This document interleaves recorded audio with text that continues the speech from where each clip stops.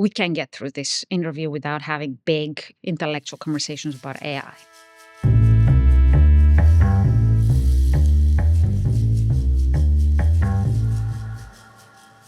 If I could summarize the consensus right now for AI, it is something like that. AI will be very deflationary and it will lead to massive job losses. What do you say to that? I say anybody who believes that with conviction suffers from arrogance and not an open mind. I don't think any of us know how this movie is going to play out. First of all, every technological revolution since was known to man, it's been declared for jobs, it's the end of the world, all the way back to the horse and buggy.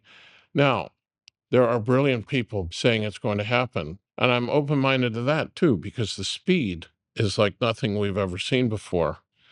But you have to acknowledge when it's happened every other cycle that it's not a given. When I first learned about AI before ChatGPT, and one of my family members was a radiologist, I told him that you might not have a job in 5 or 10 years because we had started this company that basically looks for pathology in prostate cancer, and the machines could do it as well or better.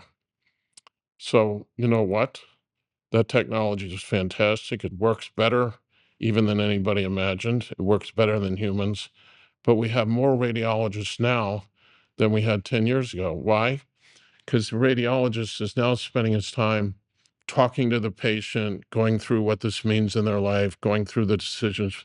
He has more time to do the real stuff, and they trust the doctor. Nursing, I've read the same thing going on. You know, they don't have to do all the monitoring anymore, but they get to spend more time giving comfort and so forth and so on. Now, look, it obviously looks disinflationary, but let me ask you this. When COVID happened, the 5-year forward, I think, went to 40 basis points. And 5 years later, inflation was 9%. So let's say the pessimists are right on AI. It's possible you get a government response with printing and universal income. After all, inflation is caused by money, that you actually get an inflationary outcome. So you just have to always be looking at what other people might not be.